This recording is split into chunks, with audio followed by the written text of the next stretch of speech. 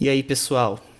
Nós do ED Vídeos estamos aqui mais uma vez para trazer para vocês aquele vídeo que trata das disciplinas que a gente vai ter ao longo desse semestre e dessa vez estamos aqui para falar do eixo de computação. Então, eu, professor João, professor Rafael, vamos falar para vocês aqui das disciplinas do eixo da computação, tanto desse bimestre, o primeiro aqui, onde a gente vai ter estrutura de dados e assim por diante, quanto no próximo, que aí vai ter um pezinho na matemática com o professor Rafael, outro pezinho lá na engenharia de produção com o professor João. E, como de costume, esse vídeo traz para vocês uma visão geral do que vem pela frente nesse semestre aí ao longo dos eixos. Diferente dos outros eixos, o eixo de computação ainda não ramificou, então para você que está aqui cursando o terceiro semestre, tanto engenharia de computação quanto tecnologia da informação e ciência de dados, por enquanto ainda estão ali como com a mesma grade, né? Eles estão ali com as mesmas disciplinas por enquanto, mas depois vai ramificar, tá? Então, são essas as disciplinas aí que a gente vai ver, essas graduações, aliás. E professor João, professor Rafael, como vão? Vamos aí para o vídeo de hoje. Querem fazer algum comentário? Não, da nossa parte está tudo bem, né? Temos aí algumas disciplinas dentro desse eixo que vai ter uma interface com inovação, né? Então a gente vai tá trazendo aí uma visão geral dessa parte também aí para vocês aí. Olá pessoal, tudo bem? Bom, a gente só vai entrar nesse eixo para o pessoal não enjoar da cara do Joãozinho, né? Para pegar uma disciplina de cada, assim, para dar uma rotatividade. Mas então a gente vai pegar, eu e o professor João, pegar no quarto bimestre, né? As disciplinas. Então, inicialmente o Joãozinho vai apresentar e depois a gente volta para apresentar as nossas aí. Isso aí. Então, vamos lá, pessoal. Começamos aqui com essa grade geral que mostra aí para vocês as disciplinas, o que que a gente vai ter aqui ao longo desse semestre. Então, vocês estão vendo aí os 2 bimestres que a gente vai ter, tá? Então, começamos aí nesse bimestre agora, quinto bimestre, com estruturas de dados, formação profissional em computação e sistemas computacionais. Como o professor Rafael disse, esse bimestre é só comigo, vocês vão ver só o meu rosto ao longo do bimestre inteiro. E depois, no próximo bimestre, que eu coloquei aqui em verde, vocês vão ter nós três. Professor Rafael com estatística e probabilidade, professor João com gestão da inovação e desenvolvimento de produtos, e depois eu com programação orientada a objetos. Então, esse vídeo é curto, tá? A gente não vai ficar detalhando muitas coisas aqui. A gente vai só dar uma visão geral da ementa do conteúdo esperado de cada uma das disciplinas. Então, vamos aqui para o quinto bimestre. Estrutura de dados, a famosa disciplina de estrutura de dados. Se você tem algum amigo que já cursou alguma disciplina, alguma graduação, aliás, do eixo da computação, ele deve ter te alertado que essa disciplina nem sempre é tão simples. E de fato não é. A gente vem com estrutura de dados seguindo aquela trilha de programação, digamos assim. Qualquer graduação em computação, ela tem aquele apelo forte de matemática, como a gente já viu em cálculo, viu em fundamentos matemáticos, viu em matemática básica, até mesmo em pensamento computacional. Aqui, estrutura de dados, junto com programação orientada a objetos, que é no próximo bimestre, vem para finalizar essa trilha que a gente segue na parte de programação mesmo, que tem essa ideia de fazer a computação funcionar. Então, um dos grandes pilares de toda a computação, de qualquer graduação em TI, é ter esse apoio da matemática, com as disciplinas que a gente teve e terá ao longo aí dos bimestres. E a parte de programação é fundamental. Por isso que a gente começou lá com pensamento computacional, depois veio com algoritmos 1, algoritmos 2, e agora a gente continua aqui com estruturas de dados. Depois que você, pelo menos na teoria, sabe programar o básico, tem a lógica básica de programação, é hora de pensar com mais calma em como as estruturas de dados funcionam. Por isso essa disciplina aí tem uma carga horária de 80 horas e, de fato, o objetivo dela é familiarizar vocês com as estruturas de dados. Estruturas de dados são fundamentais na hora que você está programando de verdade. Sistemas, aplicativos que funcionam na prática sempre vão ter, nem que sejam por debaixo dos panos, várias estruturas de dados para lidar ali com a manipulação das informações, tá? E aí, com estruturas de dados, sempre vem os algoritmos que acompanham a manipulação delas. Então a gente, como toda boa disciplina de estruturas de dados, começa com as básicas, as estruturas mais fundamentais, que são pilhas, filas, são as mais simples de entender, e depois vem as listas. Você já deve ter visto em Python que o Python fornece listas, só que aqui a gente vai falar de listas ligadas ou listas encadeadas, que são formas de implementar as listas que a gente tinha em Python, só que com um uso de memória mais eficiente. Estruturas de dados fundamentais também para a gente aqui em computação, muito úteis, são as árvores e as variantes, as representações de grafos, as tabelas de hash, outra estrutura aí muito importante que a gente vai ver, e as suas generalizações. O Python, por exemplo, tem uma ideia dessa de tabela hash com a estrutura de dados dicionário, tá? E as implementações. Aqui você, de fato, aumenta a sua capacidade de programar, você leva a sua programação ao próximo nível com estruturas de dados, porque realmente programar essas estruturas você tem que ter a lógica de programação bem fixada, bem fundamentada aqui para você conseguir se dar bem nessa disciplina. Então aqui a gente vai ter algoritmos para construção, consulta e manipulação dessas estruturas, como fazer inserções, remoções, consultas e outras operações em cada uma dessas estruturas e como elas funcionam. Também tem aí o desenvolvimento, a implementação e teste de programas usando tais estruturas em aplicações específicas. A gente não estuda a estrutura de dados à toa, estuda essa disciplina porque ela é fundamental para a gente programar os nossos sistemas. Elas estão embutidas em todos os sistemas computacionais que você conhece, dos mais simples aos mais sofisticados. E aí a Univesp volta com o PageRank aí do Google para exemplificar a estrutura de dados. Bom, então isso é estrutura de dados.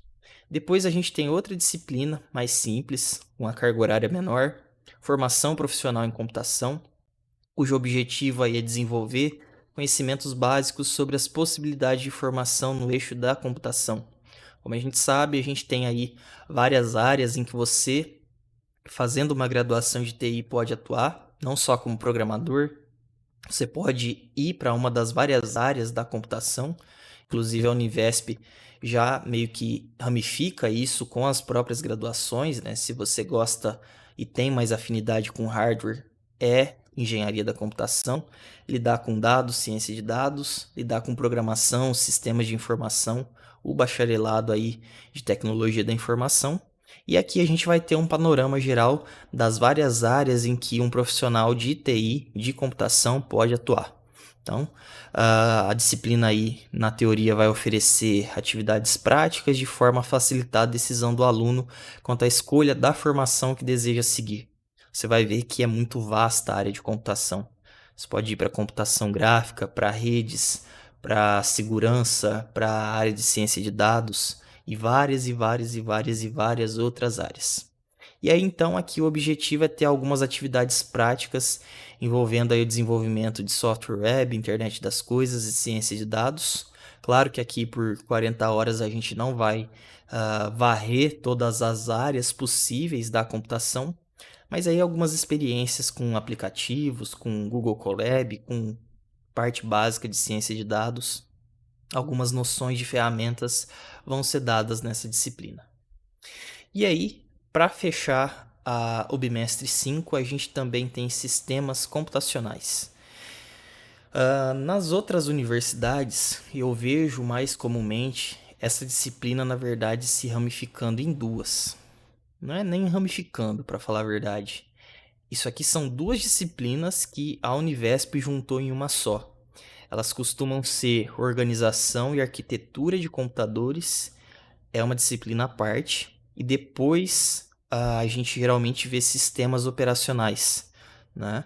E aí aqui eles juntaram essas duas coisas numa só com os sistemas computacionais. Então, o objetivo de juntar essas duas coisas, né, pensando nessa disciplina como a junção das duas que eu me referi aqui, arquitetura e organização de computadores e sistemas operacionais fundido, você tem a ideia de compreender os mecanismos básicos de funcionamento do computador, incluindo aí noções de sistemas operacionais, organização e arquitetura de computadores, que, como eu disse, é o que essa disciplina junta como um conteúdo só. A ideia aqui é o que a gente chama de baixo nível. Até agora a gente ficou olhando para o que a computação pode fazer lá no final, nas aplicações, a gente aprendeu a programar, viu coisas que são os finalmente, digamos assim, da computação. Só que lá em pensamento computacional, vocês devem lembrar que eu expliquei para vocês que a gente tem o hardware e software. E até agora a gente não deu foco no hardware. É nessa disciplina que a gente olha com mais cuidado para o hardware. O hardware é uma parte um tanto complexa aqui que a gente tem que estudar na computação, mas para aprender a programar bem de fato, a gente precisa saber o que está acontecendo quando o computador, como máquina, está funcionando. Olhar mais lá dentro para os bits, para a memória, para o processador, do ponto de vista operacional dessas coisas como máquinas. Como que aqueles bits, a energia, como que a coisa vai de um lugar para o outro, a gente vai aprofundar aqui. Então, não poderíamos começar de forma diferente, a não ser falando novamente da arquitetura de von Neumann, entender como são as partes, as estruturas básicas do computador.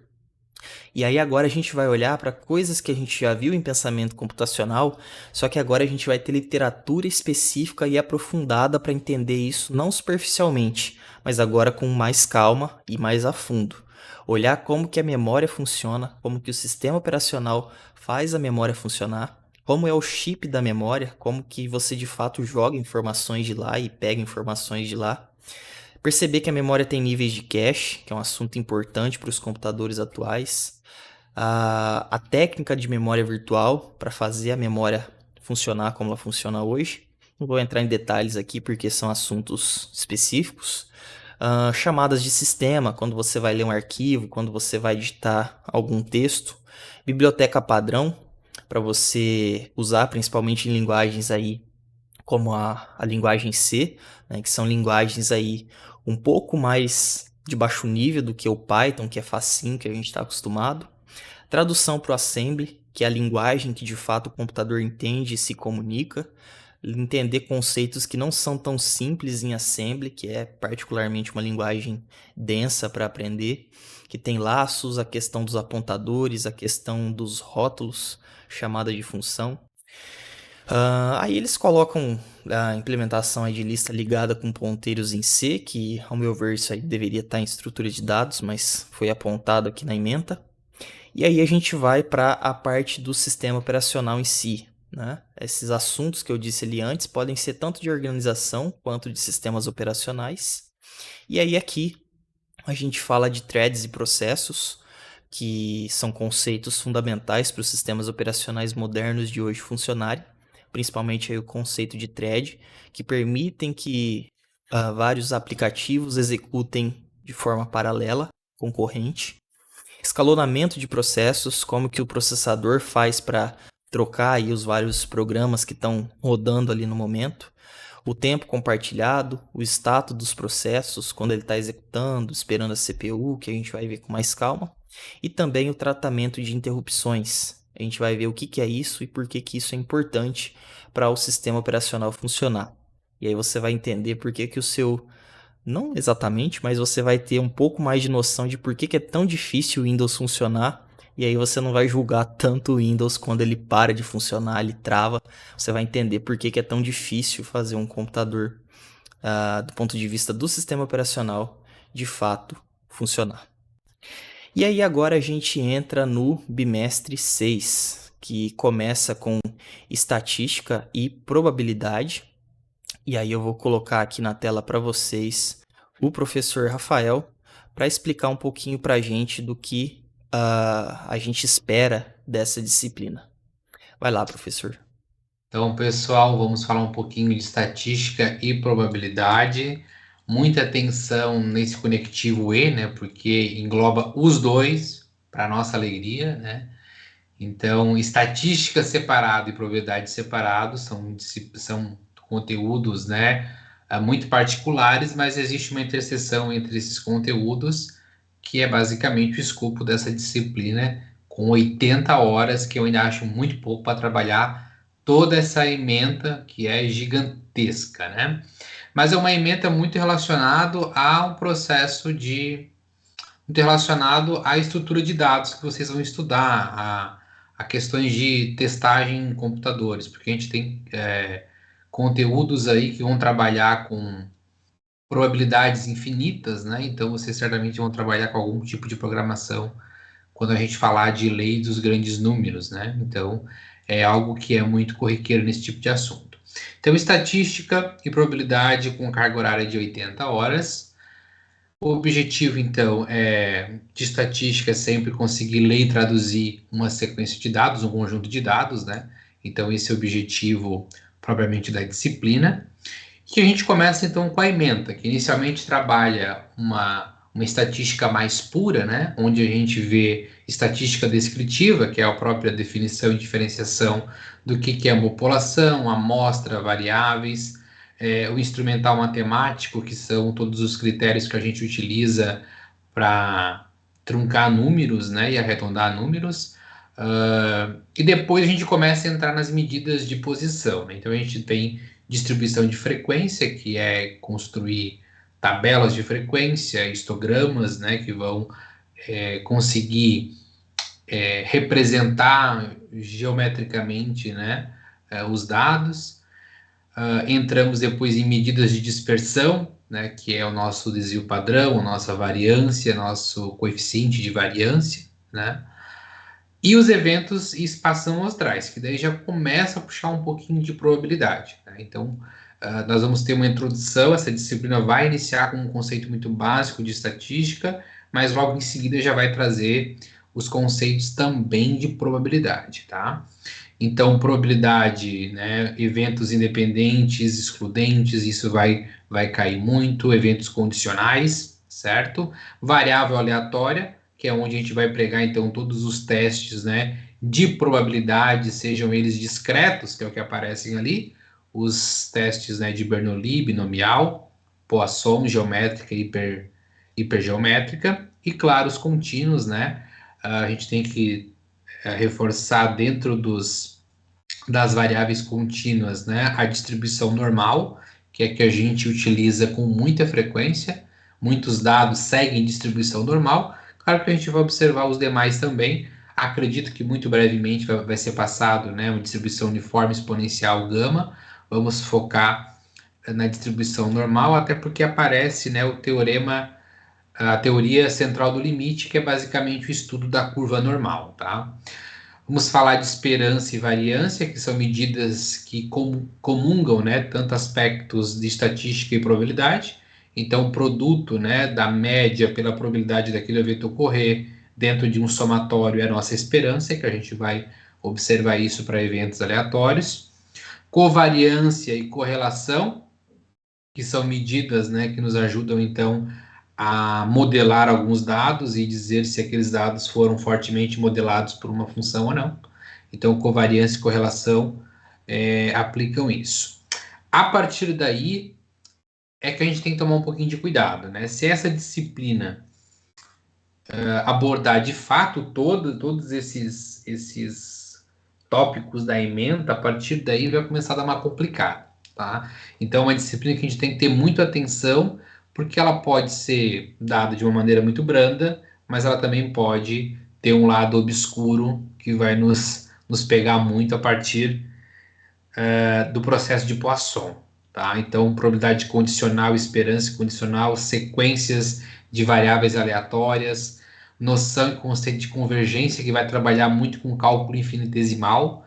Então, uma parte que vai envolver, inclusive, conceitos de cálculo, tá, gente? Então, se partir para esse lado, a gente vai ter que voltar um pouquinho em cálculo para poder explicar para vocês algum desses conceitos, tá?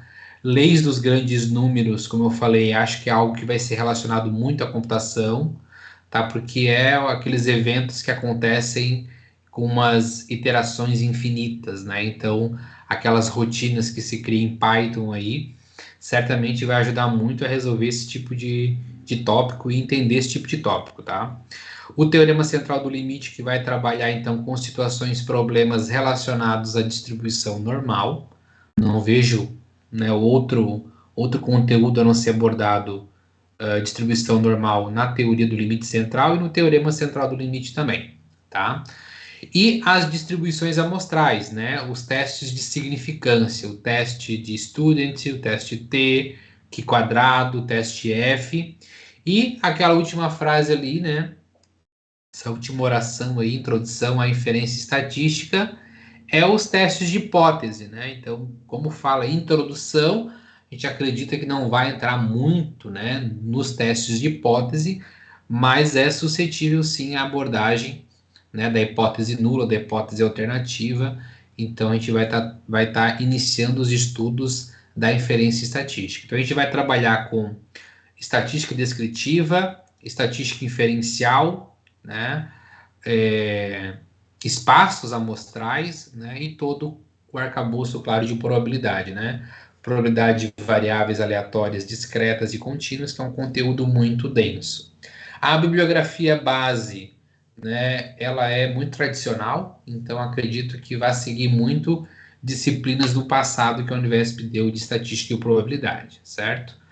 Então, vamos aguardar aí as semanas, né, para verificar o teor de cada uma das semanas, mas é uma disciplina que nas últimas semanas tende a ficar um pouco mais complexa, né? Então, o entendimento dos conceitos iniciais é de suma importância para a gente conseguir o êxito nessa disciplina. Então, reserve bastante tempo aí para estudar, rever, porque pode ser uma disciplina que complica um pouco, tá bom? É isso, Joãozinho. Isso aí, muito bom. E aí, a gente dá continuidade aqui com gestão da inovação e desenvolvimento de produtos, que também não vai ser eu, porque temos um especialista, ou pelo menos alguém que sabe mais disso do que eu na área, que é o professor João. Então, eu passo a palavra para ele. Vai lá, João. Beleza. Bom, se teve uma coisa que o curso de Engenharia de Produção da Univesp ensinou, né, que desde o do início, diferentemente de outras vertentes de formação, né, e não pensa na questão do empreendimento e na gestão né, de novos empreendimentos ou na criação de novos produtos, né? Então, aqui você vai estar numa vertente, eu creio que é uma das primeiras disciplinas que vai apontar para o empreendedorismo, certo? Para a gestão da inovação. E aí abre uma porção, né? Um leque de coisas possíveis, né? E uma interface muito grande com outras áreas, né? Então, quem eventualmente, né, se encantar com isso e quiser buscar outras informações, aí você tem outras estruturas como a Escola Superior de Negócios, né, do Sebrae, né, que tem aí alguns cursos, né, disponíveis gratuitamente online que vocês podem estar buscando para complementar essa situação. Mas para além disso, né, a disciplina em si ela vai trazer para vocês, então, essa compreensão básica da técnica de desenvolvimento de produtos, tá? E bem como o fluxo de levar ao mercado, né? Então, eu vou desenvolver um produto, e o que é um produto em si? Pode ser um produto físico, né? Uma transformação em que eu coloco um equipamento mecânico lá para fazer uma transformação em uma determinada matéria-prima, né? E aí produzo algum bem necessário, né, no fluxo de vida das pessoas, seja, né, de aplicação residencial, pessoal, né, e tal. E aí você vai transformar isso numa coisa que vai ser levada ao mercado, né? Então, veja que é todo o percurso, né, entre você criar alguma coisa e colocar isso à venda, à disposição das pessoas como uma solução, né? Como um modelo de negócio. Aí você vai ter que trazer algumas ferramentas, né, que são utilizadas para você fazer isso, que são as ferramentas de prototipagem de ideias e projetos, né? Aí você tem alguns conceitos como o conceito de Lean Startup, né, o modelo de Canvas, né, aí tem várias prototipagens de negócios se utilizam, né, desse modelo, onde você vai colocar é uma coisa mais visual de como é que você vai pensar o seu produto e a inserção, qual que é a necessidade dele de mercado, quem são as pessoas que vão utilizar, qual é o custo operacional para você fazer aquela produção, qual é a margem de lucro necessária para você poder fazer com que um empreendimento que se baseie na produção daquele produto seja alguma coisa viável, né? Então, aí você vai, logicamente, partir para uma questão de análise de risco de negócio. Olha, eu coloco isso como um produto, quais são os similares, né? Uma questão de oferta e demanda de preço e tudo mais, é preciso fazer essas análises para você ver se tem viabilidade ou não. Então, eu creio que essa disciplina ela vai ser uma disciplina muito importante dentro desse eixo, né? E com certeza também dentro dos outros eixos de negócio e produção, né? Também vai trazer esse direcionamento que foi o que eu vi, né? Como formação dentro da engenharia de produção, que era esse apontamento para uma necessária visão do que é você fazer, vamos dizer assim, ter uma visão empreendedora, né? Então, como é que eu saio de uma situação, de uma posição de você estar numa posição de trabalho, né? Ao invés disso, eu vou produzir, né? Eu vou gerar trabalho, eu vou alocar pessoas, eu vou alocar recursos e vou produzir bens de consumo e tudo mais. Então, eu creio que aqui é uma disciplina bastante interessante para todos nós, né? Então, olha, a criação de empresas e startups, né? Então, com esse conceito que tem hoje, que são as empresas iniciantes, né? ou iniciais, vamos dizer assim, altamente escaláveis, e aí uma coisa para ser escalável hoje, né? Tem essa vertente de ser digitalizável, de ser alguma coisa que você reproduz, né? E faz com que cresça de maneira, vamos dizer assim, geometricamente, né? Então, o crescimento tem que ser exponencial, né? Não pode ser nem geométrico, é exponencial o negócio, para que você tenha uma assim, viabilidade e sustentabilidade do negócio, tá? Aí nos processos de inovação de produtos, você pode ter alguma coisa que já esteja, né? Já esteja em funcionamento, mas pode ser de alguma maneira adaptado para alguma outra necessidade que tenha, né? E a diferenciação e segmentação de mercado são coisas interessantes para você estudar quando você quer colocar um produto aí à venda, tá bom? Então, esperamos vocês aí nessa disciplina, que vai ocorrer, então, no 6º bimestre, não é isso, João? Isso aí. No 6º bimestre aí do curso de vocês, né? E vai ser uma das primeiras disciplinas com esse direcionamento. E aí me parece que na grade tem outras que vão para esse direcionamento, né? E aí o próprio projeto integrador também vão trazer alguns elementos que vão levar para a complementaridade do que você vai ver em gestão de inovação e desenvolvimento de produtos para uma aplicação prática, né? Então, muitas das vezes nos cursos, ao longo do curso, nós tivemos vários colegas, né, que empreenderam, fizeram soluções, né, e, vamos dizer assim, de alguns PIs saíram negócios, né? Então, existem alguns, não só na loja da minha turma, mas aí eu tenho acompanhado, né, esses movimentos dentro a própria Universo faz questão de publicar isso, né? Quando os grupos eles desenvolvem a partir dessa formação e lançam produtos, e lançam soluções que vão afetar o fluxo, por exemplo, de organização, né, do sistema de gerenciamento de arquivos, por exemplo, de uma prefeitura ou qualquer coisa assim, né? Eles têm feito bastante divulgação dentro do próprio site aí e das matérias que são colocadas lá, né? Então, eu creio que seja uma disciplina bastante proveitosa, assim, um pouco mais conceitual, mas também de colocar na prática mesmo, né, essa vertente inovadora e construtora, certo, de novas soluções para o mercado, de olhar para problemas e pensar em soluções como produto para você colocar à venda, né, para resolver problema na vida das pessoas. Muito bom, João. Obrigado aí pelas considerações. E realmente, pessoal, pelo que eu vejo aqui da área da computação, é muitas vezes um profissional, como o professor João, de certa forma, disse, que às vezes ele tem a faca, como a gente costuma dizer, né, a faca e o queijo na mão.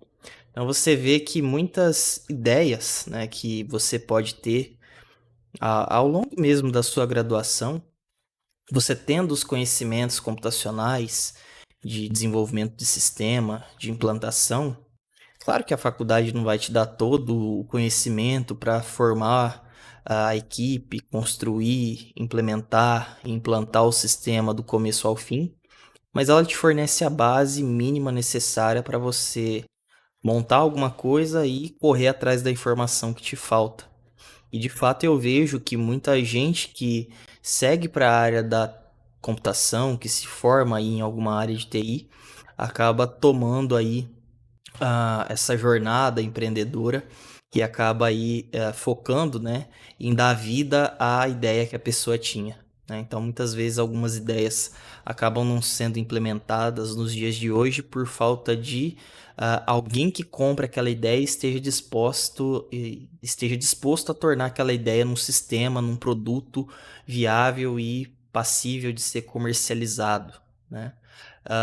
E aí, nesse sentido, a gente tem que o profissional de computação, ele tendo essa ideia, ele tem aí o poder de fazer esse sistema criar vida, né? E aí daí que surgem muitas startups de tecnologia. Você vê isso aí acontecendo desde, por exemplo, muito tempo atrás, como por exemplo o Facebook, né? Começou aí de uma ideia do fundador aí dele que teve essa ideia, a ideia deu muito certo, expandiu e tornou aí essa rede social que a gente conhece hoje, né? Até o Google, né, onde esse vídeo está sendo publicado, né, que depois comprou o YouTube, começou ali num fundinho de garagem e foi criando corpo, né? Começou simples e se tornou aí a gigante que é hoje. Então, dando continuidade aqui, a gente tem programação orientada a objetos, tá? Disciplina que vou estar aqui acompanhando. E você vai perceber ao longo desse semestre que, claro, né, com o esforço, o intuito aí de estudar de fato e compreender esses conceitos, que orientação a objetos meio que fecha esse ciclo do que você tem que saber de programação.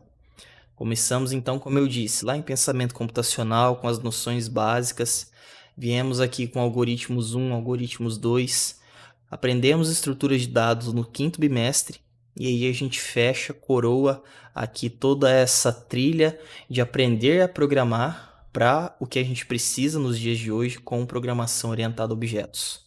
Então a gente vai aprender aí noções de arquitetura de software com ênfase em programação orientada a objetos.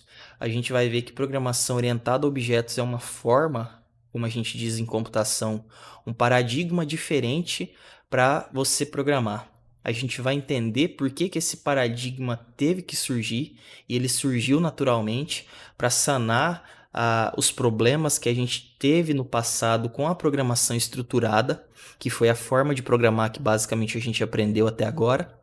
A gente vai ver que programação orientada a objetos é fundamental para a gente ter os sistemas de grande porte como a gente tem hoje. Sistemas robustos, sistemas que precisam de manutenção, sistemas que têm equipes aí de centenas de pessoas trabalhando num único sistema. A orientação a objetos, pela estrutura como a gente programa nela, permite que essa robustez e esse grande porte, essa complexidade enorme que muitos sistemas têm hoje, ela seja viável. Imagina você como que você vai integrar vários sistemas, um sistema web com um sistema de banco, um sistema de cursos, um sistema, por exemplo, de imposto do governo, várias coisas que estão interligadas. Imagina como que isso tudo funciona, né? Um sistema de uma grande empresa, os famosos sistemas de ERP, né? Eles precisam ter suporte a uma forma de programar, a um paradigma de programação que suporte esse número enorme de entidades que envolvem ali a composição desse sistema. Então, programação orientada a objetos vai ser fundamental para a gente programar os sistemas que a gente tem hoje. A programação atual, a programação moderna, ela precisa de programação orientada a objetos.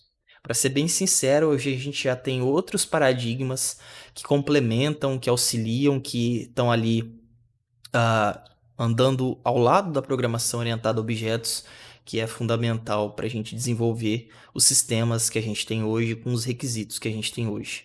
Então, a gente vai entender o que é essa tal de arquitetura de software, um conceito que, na verdade, é bastante importante também em outra disciplina teórica aqui da computação, que é a engenharia de software, que é você simplesmente não sair programando. Você pode fazer esse exercício mental e perceber que programar um sistema de uma empresa de lojas que tem, sei lá, 1000 lojas espalhadas pelo Brasil inteiro, com milhares de funcionários, com um volume de vendas enorme. Você deve imaginar que programar um sistema desse não é só sair, sentar no computador e escrever um monte de linha de código. Você tem que ter um trabalho anterior a esse, que é um trabalho de engenharia, de saber o que você vai ter que ter nesse sistema, como as partes desse sistema vão funcionar. E você vai, de fato, pensar nesse sistema muito antes de fato programar. Você vai ver que programar, escrever e testar o software é só uma parte de toda a parte de engenharia de software. E aí a gente vai ter essa ideia com a arquitetura de software. Entender esses conceitos de coesão e acoplamento, né, essas partes, esses módulos do software, como que eles não devem estar fortemente acoplados. Isso pode dar problema para a gente na hora da manutenção. Aprofundar os conceitos básicos de orientação a objetos, que vão permitir para a gente ter esse software de grande porte funcionando, entender melhor como são criadas classes, como a gente instancia e o que são objetos, entender as interfaces e para que elas servem, entender como a hierarquia de classes funciona por meio da herança, como essas classes, esses objetos, eles vão ter comportamentos interessantes e úteis para a gente no nosso contexto de orientação a objetos com a técnica de polimorfismo e introduzir técnicas de tratamento de erros com exceções. A gente sabe, e com certeza se você já relou a mão num computador ou no celular, e com certeza é o seu caso, você já viu que erros aparecem aos montes em todos os lugares e toda hora. Por mais que a gente da computação faça esforços monumentais para minimizar esses erros, pelo menos deveria, erros muitas vezes são inevitáveis. O software, a prática, o ato de programar já faz com que a gente espere que erros aconteçam. Então, já que a gente não pode se livrar 100% dos erros, a gente precisa de mecanismos para tratar esses erros. Então, geralmente, essas linguagens de orientação a objeto, quando a gente fala de programação orientada a objeto, a gente tem também mecanismos mais robustos para lidar com o tratamento de erros e as exceções, que basicamente é o que fazer quando um erro acontece, para que caminho a gente tem que seguir quando alguma coisa não sai como esperado.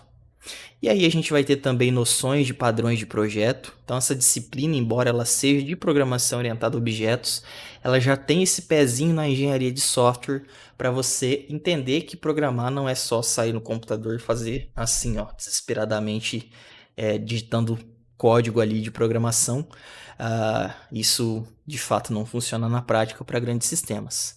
Então, noções de padrão de projeto para explorar aí alguns exemplos como Observer, Adapter e Null Object. Noções também aí de aspectos, funções anônimas, closures e técnicas funcionais. Isso na verdade são técnicas mais avançadas e mais atuais, formas de programação que principalmente essas linguagens mais modernas oferecem. E aí, funções de map, filter, fold e outras coisas são tópicos que a gente vai abordar em momentos oportunos aí dessa disciplina. Então, é isso que a gente tinha para explorar aqui, que a gente tinha para destacar, né? Nosso objetivo não era ficar dando detalhes, né, do que a gente vai ver nas disciplinas, é para vocês terem de fato essa noção que eu, professor Rafael, professor João, abordamos aqui ao longo das disciplinas. E eu finalizo esse vídeo falando para você que está assistindo aqui a gente que o nosso curso de acompanhamento voltado para o eixo da computação já está disponível na nossa plataforma. Você pode acessar o nosso curso e se matricular, se tornar apoiador classe A do eixo da computação. E pode ter certeza, você vai precisar do nosso apoio, da nossa ajuda nesse semestre como nunca, em estatística e probabilidade, estrutura de dados, programação orientada a objetos, entre outras disciplinas. Então, estou colocando aí ela para vocês, o link aberto já do nosso curso de acompanhamento e por apenas 6 vezes de R$ 29,90 você tem acesso ao material completo que nós do ED Vídeos preparamos para você, para auxiliar aí ao longo da sua jornada. né? Inicialmente, aqui na gravação desse vídeo, a gente ainda não tem todos os conteúdos, é claro, porque os conteúdos a gente lança, como você já deve saber, conforme a Univesp vai publicando as semanas, mas o curso já está aqui pronto para você. Mais uma vez, é só você entrar no nosso curso EAD Vídeos, aliás, no nosso site eadvideos.com.br, descer lá nos cursos de acompanhamento e procurar o do eixo da computação. Por apenas 6 vezes de R$ 29,90, mais uma vez você tem acesso ao nosso conteúdo exclusivo, com resumos, com videoaulas explicando passo a passo cada um dos exercícios. É um material que você já conhece, que se você ainda não conhece, vai passar a conhecer e vai fazer toda a diferença para a sua jornada ao longo aqui desse semestre, tá? Então, eu, professor Rafael, professor João, esperamos por você lá. Vamos finalizando por aqui. Professor Rafael, professor João, vocês têm alguma coisa a acrescentar? A se despedir aí dos nossos alunos, dos nossos apoiadores, dos nossos visitantes aqui do canal?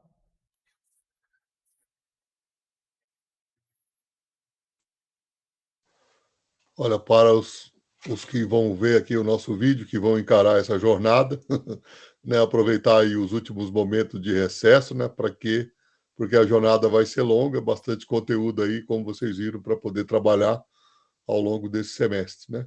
Então, esse momento de dar uma pausa é um momento interessante, mas também é bom a gente aí, vamos dizer assim, engraxando as engrenagens, né, para a gente começar aí a partir do dia 24, é isso, João, que vai começar tudo? Se eu não me engano, é isso. A partir de 24 de julho, né? Nós estamos aí há 21 dias, basicamente. A gente vai começar essa jornada aí e contem conosco. Isso aí. É isso aí, pessoal, né? Aproveitem esses 20 dias, descansem, relaxem, porque tá prometendo, né? Vocês viram aí que a ementa comentada já foi longa, que dirá as disciplinas, né? Então, vamos lá com foco e vocês sabem, né, que podem contar conosco aí para passar por esses desafios. E vamos nessa, vamos lá para mais um semestre rumo ao diploma. Isso aí. Muito bom. Então é isso, pessoal. Como eu disse, para você que deseja continuar como nosso apoiador classe A, ou você que vai tomar essa decisão acertada aqui para esse próximo semestre, o link está na descrição aqui do vídeo. É o edvideos.com.br/curses/computação semestre 2 de 2023. São apenas 6 vezes de R$ 29,90. Esse preço é um preço bastante acessível, porque, como eu disse, essas disciplinas são mais avançadas, são mais densas e necessitam de especialistas. Não é qualquer pessoa que você vai encontrar por aí que vai ter a capacidade de fornecer essas disciplinas, esses conteúdos com o padrão que você conhece do EAD Vídeos. São resumos e videoaulas detalhadas de cada uma das questões que vão te ajudar e muito fazer toda a diferença ao longo dos seus estudos. Você vai perceber o quanto a ajuda que nós do EAD Vídeos preparamos para você ao longo de todas as semanas, com todo o nosso cuidado, para se certificar que você está tendo o melhor aproveitamento possível em cada uma dessas disciplinas, que não se engane, não são tão simples, você vai perceber o quanto é importante o nosso apoio. Então, são apenas 6 vezes de R$ 29,90. Espero que vocês possam se tornar ou continuar sendo apoiadores classe A. Nós agradecemos a sua visualização e esperamos vocês para o próximo semestre. Eu agradeço quem viu até aqui. Obrigado, pessoal. Agradeço também ao professor Rafael, professor João, por ter me dado aqui o apoio, a força para explicar as disciplinas. Nos vemos então daqui a alguns dias ou daqui a pouco, se você estiver vendo esse vídeo gravado. Obrigado, pessoal. Até mais. Tchau, tchau.